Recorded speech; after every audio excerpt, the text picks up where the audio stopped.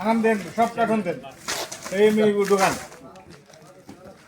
আনামের দরকার নেই, ওইটা খোলেন, এগুলো খোলেন, এই প্যাকেট ওইটা খোলেন, সব বের করেন। হ্যাঁ ওইটা নামান, এটা নামান, নামান ডালে দেন এখানে। দিয়ে দেন এই বস্তা দিয়ে দেন, ঢুকাই দেন।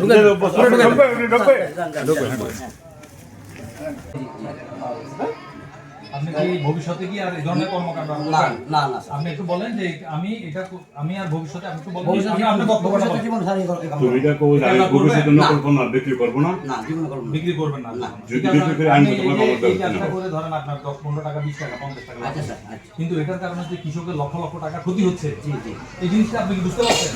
এই কাজটা কি করা আমাদের তো টাকা পয়সা এত দরকার আছে। না না আপনি তো অনেকগুলো ডিলারশিপ আছে, বড় ব্যবসায়ী, তাহলে আপনার কি দরকার আছে এই 500 টাকা 1000 টাকার জন্য 20 টাকা 50 টাকার জন্য এই কাজটা মানুষের ক্ষতি করা?